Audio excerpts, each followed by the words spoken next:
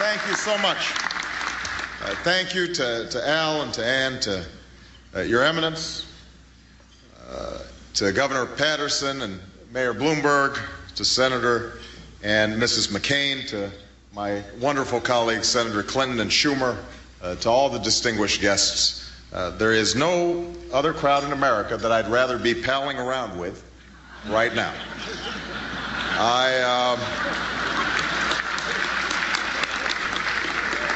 I'm sorry he couldn't be here. I do send regards to my running mate, Joe Biden, or as Senator McCain noted, he now actually likes to be called Joe the Senator.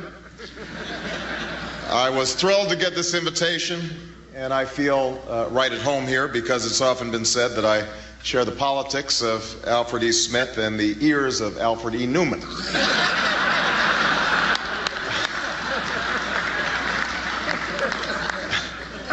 But I have to say tonight's venue isn't really what I'm used to. I was originally told we'd be able to move this outdoors to Yankee Stadium.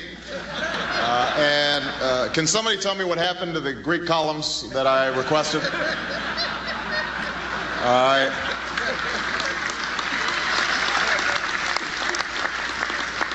I do love the Waldorf Astoria, though. You know, I hear that from the doorstep, you can see all the way to the Russian tea room.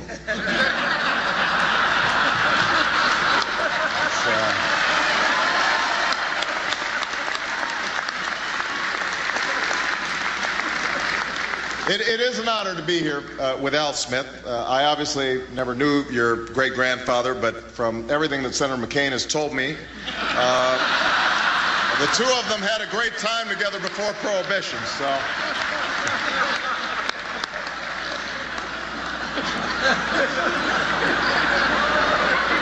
Wonderful stories.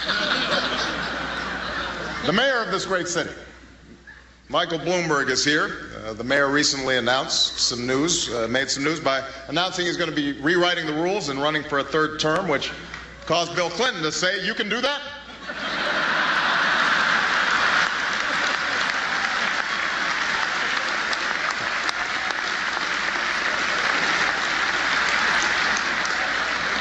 The president's better half, Senator Hillary Rodham Clinton, is also here. I'm glad to see you made it, Hillary. I'm glad to see that you made it because I heard Chuck Schumer actually try to tell you that we really did move this event to Yankee Stadium.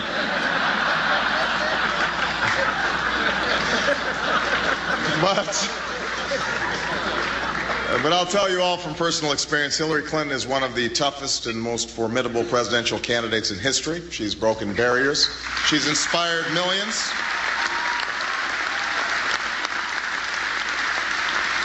She is the primary reason I have all this gray in my hair now. I am also glad to see that Senator Schumer is here, and I see that he's brought some of his loved ones. Those would be the folks with the cameras and the notebooks in the back of the room.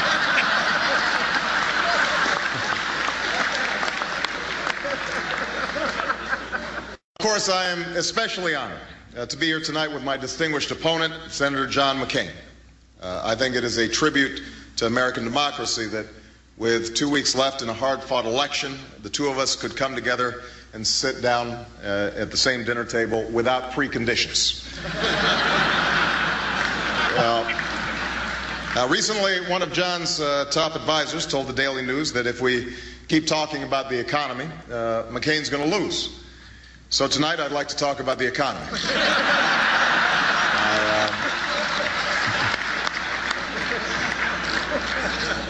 Given all that's happened these past few weeks on Wall Street, it feels like an odd time to be dressed up in white tie, but I must say I got a great deal. Rented the whole outfit from the Treasury Department at a very good price. Looking around tonight at all the gourmet food and champagne, it's clear that no expenses were spared. It's like an executive sale meeting at AIG.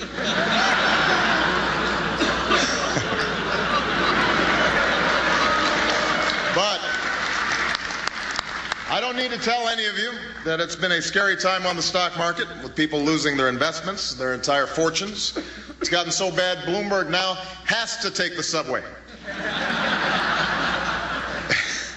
And while the collapse of the housing market's been tough on every single homeowner, I think we all need to recognize that this crisis has been 8 times harder on John McCain.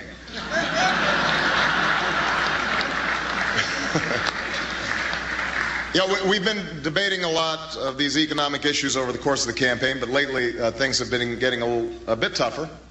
In the last few weeks, John's been out on the campaign trail and asked the question, who is Barack Obama? Now, I have to admit I was a little surprised by this question. The answer is right there on my Facebook page. But look, I don't want to be coy about this. We're a couple of weeks from an important election. Americans have a big choice to make, and if anybody feels like they don't know me by now, let me try to give you some answers. Who is Barack Obama? Contrary to the rumors that you've heard, I was not born in a manger. I was actually born on Krypton and sent here by my father, Jor-El, to save the planet Earth. Many of you know that I got my name, Barack, from my father. What you may not know is Barack is actually Swahili for that one.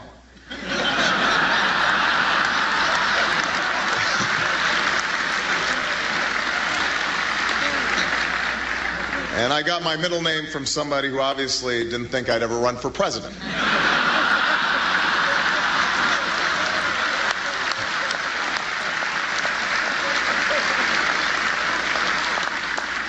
If I had to name my greatest strength, I guess it would be my humility. Greatest weakness, it's possible that I'm a little too awesome.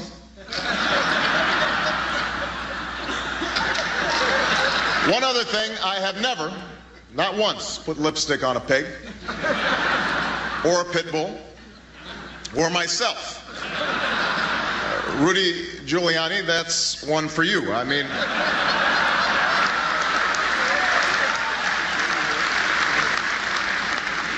who would have thought that a cross-dressing mayor from New York City would have a tough time winning the Republican nomination? It's shocking.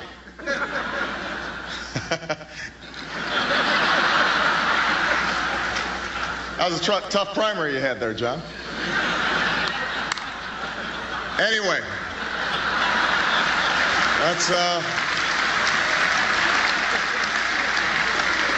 that's who I really am.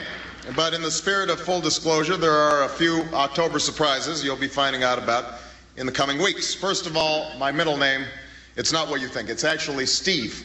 That's right, Barack Steve Obama. Here's another revelation. John McCain is onto something. There was a point in my life when I started palling around with a pretty ugly crowd. I've got to be honest.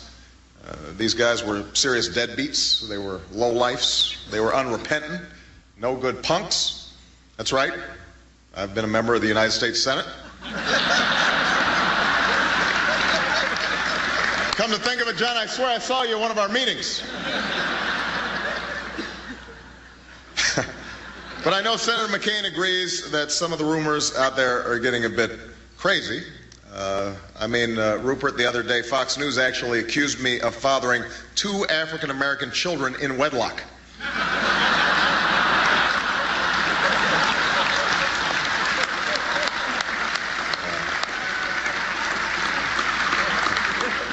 By the way, John, I'm just curious, is Fox News included in the media?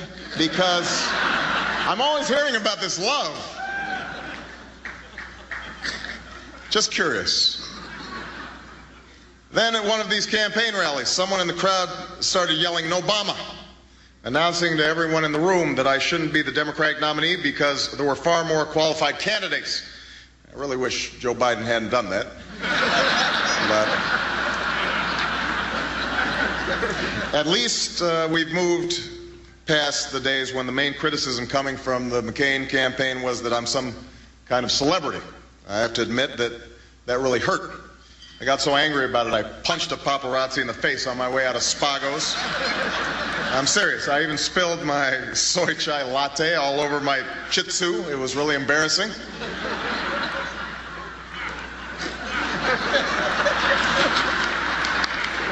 But in all seriousness, I'm so glad that I could make it tonight, and I'm honored to be among such wonderful public servants. I want to especially say a word of thanks to Senator McCain. We are in the midst of a tough battle right now, and American politics at the presidential level is always tough. But I've said before, and I think it bears repeating, that there are very few of us who have served this country with the same dedication and honor and distinction as Senator McCain, and I'm glad to be sharing the stage with him tonight as I am during the course of this nomination.